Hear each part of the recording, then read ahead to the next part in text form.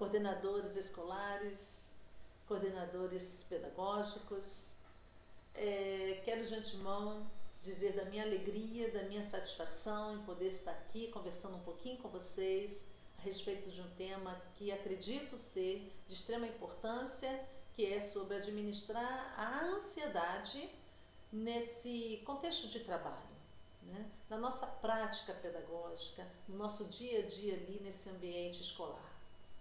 E quero dizer que me sinto muito à vontade em falar nesse assunto. Por quê? Porque, na verdade, por 28 anos eu respirei e trabalhei na educação, e desde psicóloga escolar, gestão escolar, né, na orientação educacional do ensino fundamental, no ensino médio, tantos anos no ensino médio, que não é fácil, né? E aí trabalhei como coordenadora também, né? E nos 20 últimos anos, né? Quer dizer, sempre paralelo, eu trabalhava os 3 turnos, de manhã, tarde e noite, né?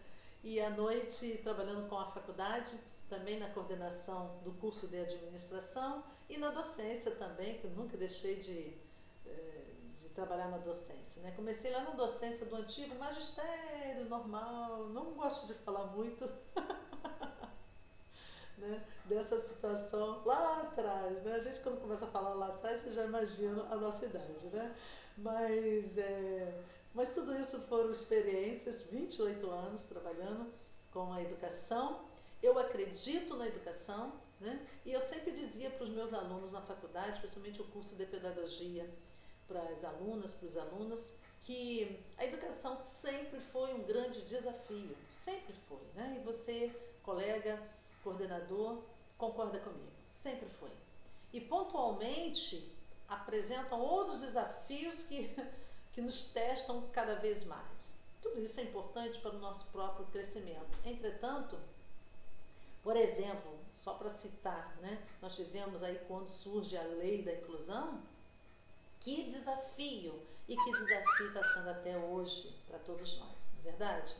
Ainda estamos ainda digerindo essa questão da inclusão, porque a lei chegou e quando chegou, cadê o preparo, né? Cadê a estrutura física, enfim, tudo que envolve, né, a lei da inclusão. Isso é uma questão pontual. Hoje nós estamos vivendo um outro contexto, esse contexto global de pandemia, né? Um contexto onde nos coloca questionando, numa incerteza, como ficará a educação pós-pandemia, né? Se durante a pandemia nós estamos tendo toda essa adaptação aí. Eu preparei um vídeo há pouco tempo falando sobre o perfil do profissional pós-pandemia. Uma coisa é certa, nós precisamos nos adaptar a tudo isso que está acontecendo nesse momento. Mas não faltava tudo isso que gera mais ansiedade. O próprio cargo da coordenação já é um cargo extremamente tenso, né? Que pode elevar em muito nossa ansiedade, né? Um cargo que vai ser um mediador, né? As atribuições do cargo de coordenação é de o articulador, o mediador, né? Que vai desde o cumprimento do projeto político-pedagógico até a mediação entre família, escola, né, alunos, família e corpo discente, corpo docente, né, a formação continuada desses professores, enfim, toda a dinâmica pedagógica está sobre o cargo, né, desse profissional. Então não é fácil. Realmente é algo que por si só as atribuições somadas ali, sem contar, e eu acredito que você, coordenador, vai concordar comigo, que se nós, né, porque como eu disse, eu já trabalhei na coordenação, então eu me vejo ainda, né, se nós, só nas atribuições que temos que responder por elas, já é algo extremamente estressante, é algo que exige de nós, exige toda uma competência, né, que vai desde o saber trabalhar em equipe, relações interpessoais, as competências de gerir conflitos, né? Só essas atribuições já são suficientes, mas se não bastasse essas atribuições, nós sabemos que quantas outras demandas surgem que nós nos vemos dentro delas e precisando atuar, né? A gente poderia tirar aí talvez quase que 50%, muitas vezes no contexto, no dia a dia da escola, nós estamos também envolvidos nelas. E que não são atribuições nossas, que vão agregar aí mais, né, esforços, mais competências, enfim, mais prática do dia a dia, para que a coisa funcione. Enfim, falando isso, né, sobre essa situação toda, vamos voltar então para nosso objetivo aqui, que é como administrar essa ansiedade. Primeiro, entender, né, que a palavra ansiedade, ela é um conceito muito generalizado, né? Muita gente generaliza, então qualquer pessoa, às vezes, ela está com medo ou ela está um pouco mais agitada, muitos generalizam, é ansiosa, né? E não é bem assim. Eu gosto sempre de antemão explicar o seguinte: nós precisamos ter informações, sim, né, para saber distinguir. Uma das perguntas muito comuns que nós ouvimos é, as pessoas muitas vezes perguntam o seguinte, como eu posso diferenciar de uma ansiedade normal? Por que eu digo uma ansiedade normal? Porque a ansiedade, ela é benéfica, né? Nós precisamos tê-la. É interessante isso, né? É ela que me faz impulsionar a agir. Por exemplo, eu tenho diversas atribuições e eu tenho que dar conta disso aí. Então, existe um grau de ansiedade que precisa existir na minha pessoa para que eu dê conta. É como se fosse uma mola mestra que vai me impulsionar a agir. Então, um grau normal de ansiedade é necessário termos, sabendo que enquanto essa ansiedade, que eu considero como normal, sendo aquela que não me foge do controle, em que eu sei que eu estou ansiosa, mas eu consigo dominá-la, eu consigo controlá-la, isso aí eu considero como ansiedade normal. Então, a pergunta que muitos fazem é: o que diferenciar de uma ansiedade normal para uma ansiedade patológica? E o que eu chamo de ansiedade patológica? A ansiedade patológica é aquilo que já foge do meu controle. Então, veja, como eu posso diferenciar se eu estou com um grau de ansiedade que é até certo ponto é normal para uma patológica? São os resultados. Quando os resultados dessa ansiedade está me trazendo prejuízo, né, está me trazendo sofrimento, então eu digo que essa ansiedade, que até então era normal, ela passa a ser patológica, né? E aí, dentro do quadro das ansiedades patológicas, nós temos a ansiedade, a mais comum, a mais encontrada, que é o transtorno de ansiedade generalizado, o TAG, né?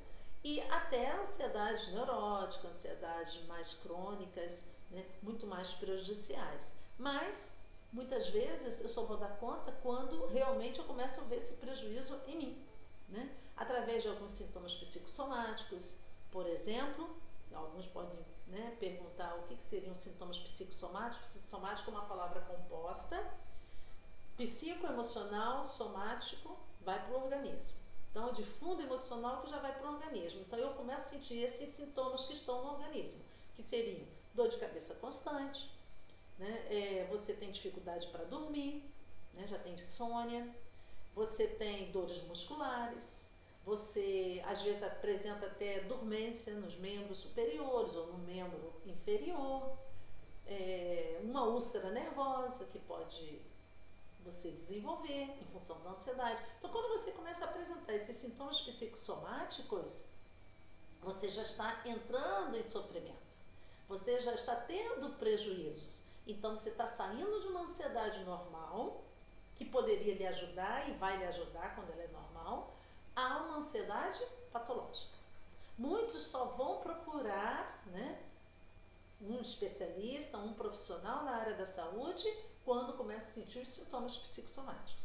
Às vezes ele só dá conta que está com ansiedade a partir dos sintomas psicossomáticos também, né?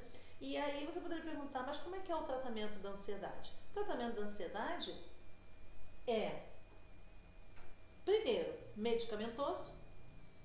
Ele precisa ter um lado medicamentoso e um outro lado, acompanhado a esse tratamento medicamentoso, uma terapia comportamental cognitiva, que a gente chama, né? Então, a terapia ela vem ajudar esse tratamento mais rápido, certo?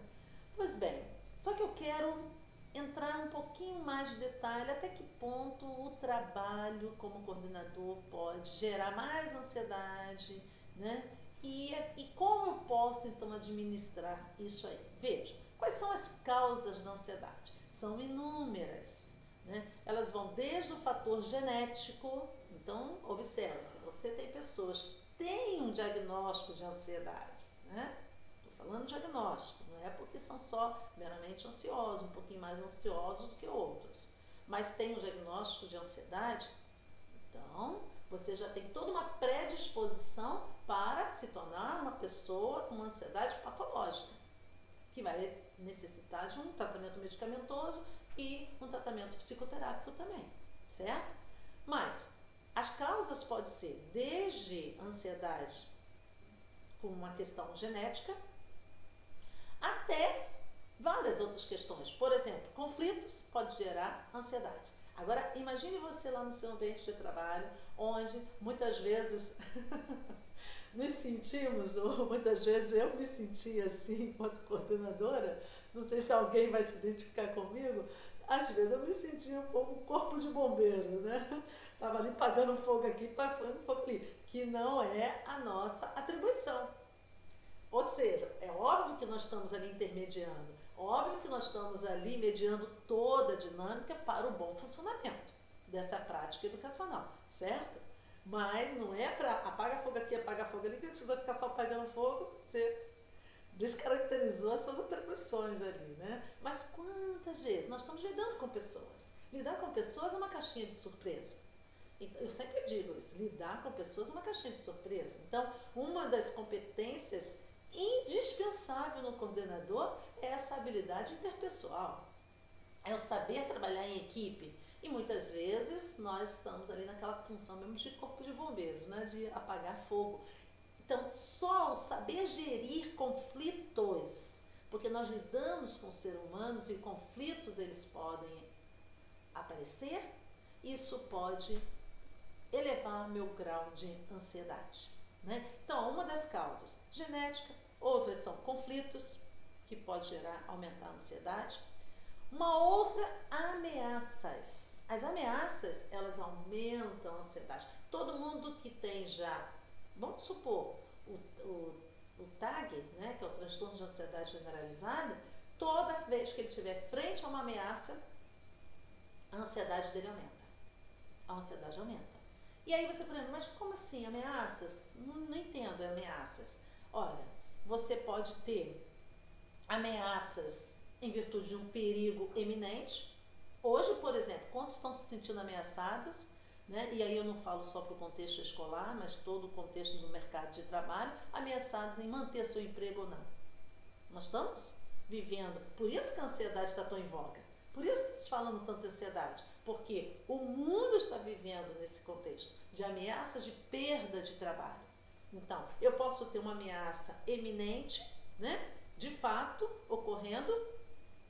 Quantos? Vamos abrir aqui um leque, né? Dependendo do ambiente onde fica, o local onde fica a sua escola, já é um local extremamente ameaçador, né? Dos perigos. Não é verdade? Estou lembrando aqui dessa situação. Você sempre trabalha num ambiente, não só para você, mas todos os outros demais, né, da escola, trabalham num ambiente extremamente ameaçador, né, onde a sua comunidade já é ameaçadora. Então, Isso é um fator. Mas existe também uma ameaça, e aí que eu quero destacar para você, colega, que às vezes não está aparentemente a olhos nus, né? A ameaça da sua autoestima. Você já parou para pensar nisso? Né? Você se sentir ameaçado, sua autoestima se sentir ameaçada. Autoestima, se refere a nós mesmos, né? E estimar, valorizar. O quanto você precisa se valorizar. Bem, pensando em autoestima é algo necessário, igual a ansiedade, numa proporção equilibrada. A autoestima é extremamente importante para todos nós. Entretanto, muitas vezes, no cargo, nessa atribuição aí de coordenador, você pode se sentir extremamente ameaçada, a sua autoestima pode se sentir extremamente ameaçada. Você pode não se sentir valorizada, né? Você só está na condição de ser cobrada e até punida, né? Por isso, mas a sua autoestima não é valorizada. E aí eu quero colocar uma questão extremamente importante. Muitos chegam ao cargo de coordenação com essa questão da autoestima ali na própria pessoa. Veja, o fator ansiedade, ele começa lá de trás, no contexto familiar. Vocês concordam comigo e sabem muito bem disso. Toda a nossa formação de personalidade, nossos vínculos afetivos, né, nossos valores, eles estão construídos lá no nosso primeiro grupo social, na socialização primária, a família. Então, veja, quando você chega à função de coordenação escolar, você já trouxe toda uma personalidade construída, você trouxe toda uma história pregressa com você, em que você às vezes não dá conta, mas aquilo ali está presente no seu dia a dia como coordenador. Então nós temos ameaças externas do próprio ambiente escolar, das próprias atribuições do cargo, mas nós temos a ameaça interna. E quando eu falo assim, como administrar a ansiedade no contexto do trabalho, então eu quero pensar com você, colega. Primeira coisa que você tem que administrar é você mesmo. É você mesmo. Como assim? Vou colocar aqui uma situação. Por exemplo, vamos supor que não existe família perfeita, você concorda comigo, né? Mas existem famílias mais saudáveis. Tá? E numa família que não é tão saudável emocionalmente, vamos supor que eu tenha vindo de uma família não saudável. O que eu chamo isso? Uma família onde ali tem violências, né? Onde tem modelos de agressividade, onde um filho, vamos pegar o exemplo de uma criança, um filho que não se sentiu amado, né? Não se sentiu acolhido. Nós temos as necessidades básicas da criança, né? Que são inúmeras: necessidade de amor, necessidade de limite, necessidade de segurança. Agora imagine vocês um ambiente familiar onde há brigas constantes. Às vezes o casal não chega a se separar, mas as brigas há constantes. E essas brigas trazem insegurança para um filho. Então veja, se eu nasci num ambiente familiar onde o sentimento de rejeição já está presente em minha vida, desde a mais tenra idade aquilo já estava presente, essa é a minha base emocional. Essa base emocional, ela vai refletir na minha ansiedade agora, na vida adulta, na minha vida profissional. Você pode estar pensando, Mônia, mas o que tem a ver uma coisa com outra? Tem tudo a ver.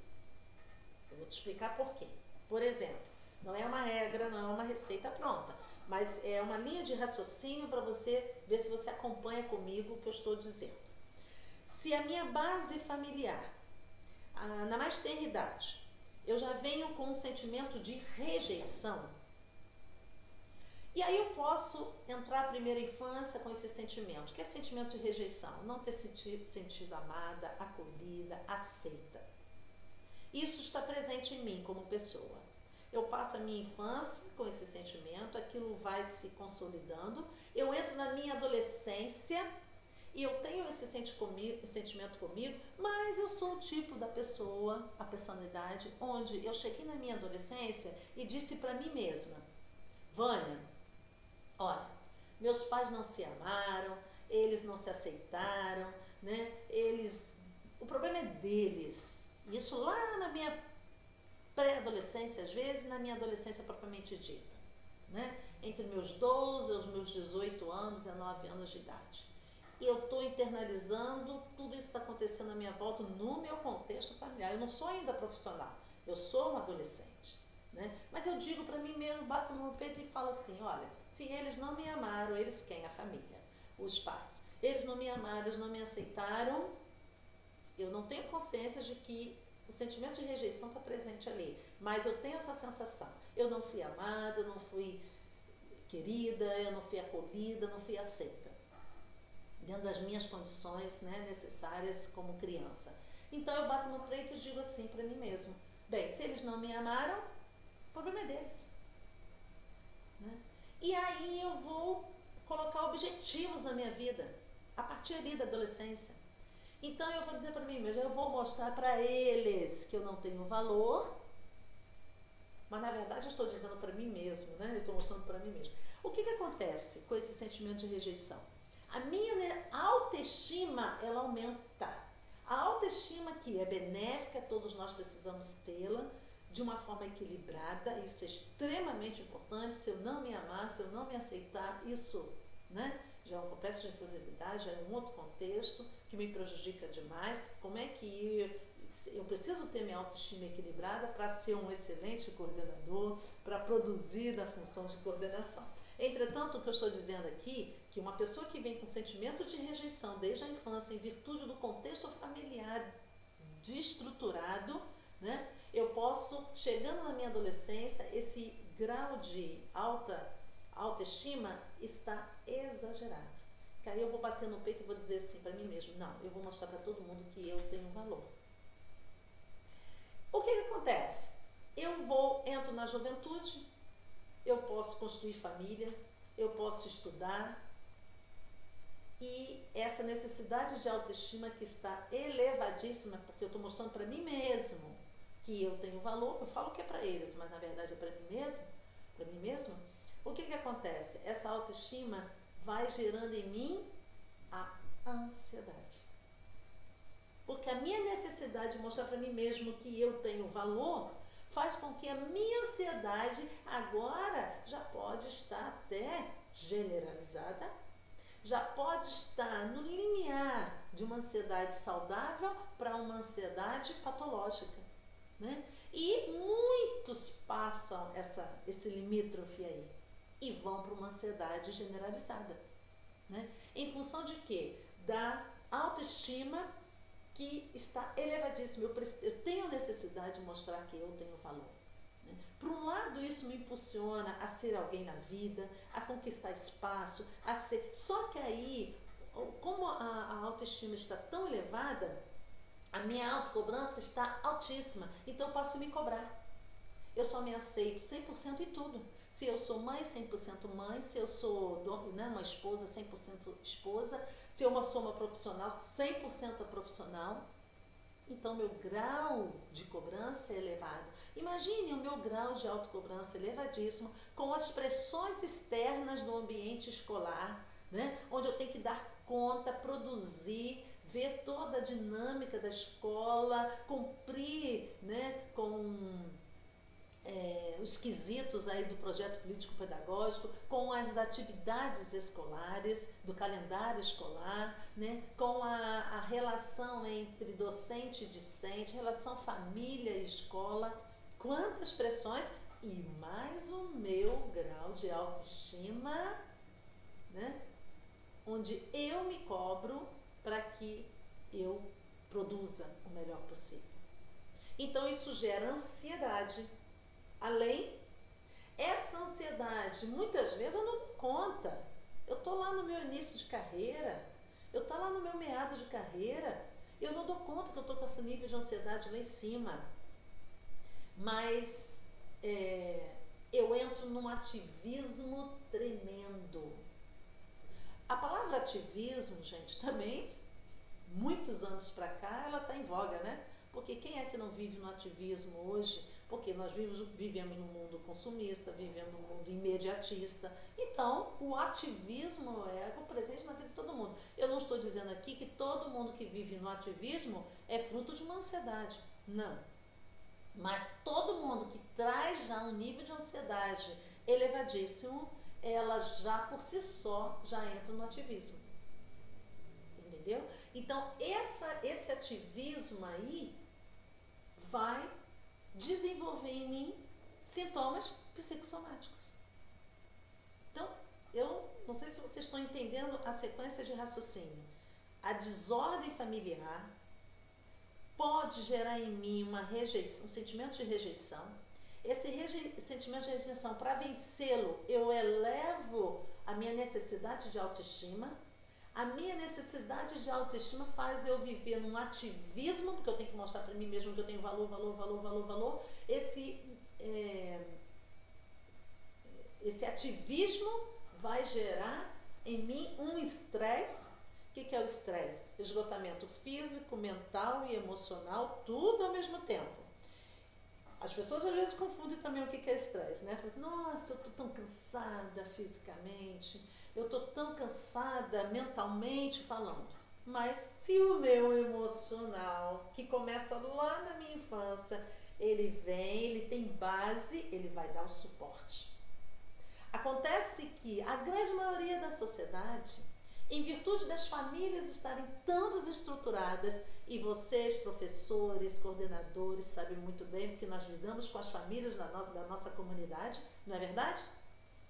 Como você olha o seu aluno? Como você sabe que muito do seu mau desempenho escolar não é a sua prática sala de aula, não é a sua metodologia, você sabe que falta nesse aluno toda uma estrutura familiar, de acompanhamento, de hábito, né, de ensino em casa, de rotina, de tudo. O nosso aluno chega assim, mas será que é só o nosso aluno? E nós? Nós também que temos nossas famílias. Então, você pode não querer concordar comigo, tem todo o direito, né? Até porque aqui é um monólogo, né, gente? Eu espero ter uma oportunidade de conversar e trocar tudo isso que eu estou falando. Mas é possível que você esteja pensando, passa um pouquinho o olhar para o seu contexto, a sua base. Se a sua base emocional não for boa, como que você suporta essa pressão externa de tudo isso? É muito mais difícil. Muito mais difícil, né? Muito mais difícil. Por isso que muitos se frustram com a educação, muitos interrompem a educação, acham que aquilo ali não é vida para ele, porque ele não tem suporte emocional para aguentar tudo isso, porque o trabalho é estressante, Mas muitos se veem estressados, voltando à questão do estresse, né? Em virtude do ativismo também. O trabalho, o estresse, quando eu falo que a pessoa está estressada, eu dou um diagnóstico de estresse, é porque ela tem que ter em 3 áreas: física, mental e emocional. Então, é possível, por causa do ativismo, eu esteja estressada mentalmente e fisicamente falando. Mas se o meu emocional me dá um suporte, eu vou arranjar uma escapatória, né? Pego uns dias aí para dar uma descansada, pego um feriado prolongado aí, dou uma refrescada na cabeça, dou aquela respirada e um gás para continuar aquela correria do meu dia a dia. Agora, quando o meu emocional, porque vem dessa estrutura toda que eu estou falando, desordem familiar, rejeição, sentimento de rejeição, necessidade de autoestima, não a autoestima que é necessária, mas a necessidade, cuidado aí com o trocadilho, né, das palavras, mas a necessidade dessa autoestima pode fazer com que eu viva no ativismo, porque eu vivo uma autocobrança lá em cima. Cuidado que a autocobrança também não é só em função de rejeição. A autocobrança pode vir também de uma família que sempre te cobrou demais, certo? Mas tudo bem, vamos lá. Então, eu posso, por causa do ativismo, desenvolver o estresse. Quando eu me vejo estressada, E aí eu estou de fato nas 3 áreas, emocional, física e 3, né? Emocional, física e mental, os sintomas psicossomáticos aparecem. Aí começa, sem dormir. Por quê? Porque uma característica da ansiedade é preocupação intensa. Minha cabeça não para. Uma característica da ansiedade é a preocupação intensa, mas uma preocupação até de questões futuras, não simplesmente presentes. Tá? Muitas vezes de preocupações que ainda irão acontecer, situações que irão acontecer, você já está preocupado desde agora. Né? Então veja, aí eu estou com sintomas psicossomáticos, dor de cabeça constante, não consigo dormir, dores musculares, úlcera nervosa, dormências, né? Membros inferiores, superiores, aí você tem inúmeros outros sintomas psicossomáticos. Às vezes só quando aparecem os sintomas é que você olha, não sei, não estou bem, eu não estou bem. Você vai correr para um médico. O médico chega lá, faz uma bateria de exames, não vê nada, fala assim, olha, procura um psicólogo, seu problema é emocional. Aí você fala assim, mas como assim emocional? Como emocional? Porque no aqui e agora, no momento em que você é coordenadora, de repente você se olha, você se vê, eu tenho uma família boa, né, bem estruturada, um ótimo esposo ou esposa, né, filhos, os filhos já estão até criados. Você olha assim, você conquistou muita coisa? Conquistou.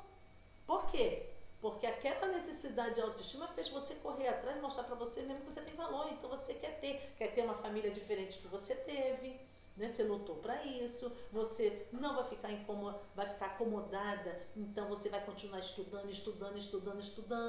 Lembra que a necessidade de autoestima muito elaborada faz você ter uma cobrança tão grande que você não vai ficar incomodada. Então você vai ser sempre aquela pessoa de muita luta, né? Cuidado para tudo que eu falar aqui, você não está generalizando, mas eu estou falando dessa historinha que eu estou mencionando aqui, certo? Então o médico dá esse diagnóstico, ó, procura um psicólogo porque o seu problema é emocional, você está com uma ansiedade elevada e tal. Mas por que essa ansiedade elevada? O que nós vamos fazer? Nós vamos trabalhar toda a sua história pregressa. Porque provavelmente, se a sua ansiedade já está patológica, é possível que existam fatores emocionais aí que foram somando ao longo da sua vida. Né? Ao longo da sua vida. Pois bem, vocês observem que às vezes a gente acha que só nossa prática, né, educacional, o que está fazendo com que eu me torne muito ansiosa, ao ponto de não ter condições nem de trabalhar, é o meu dia a dia ali.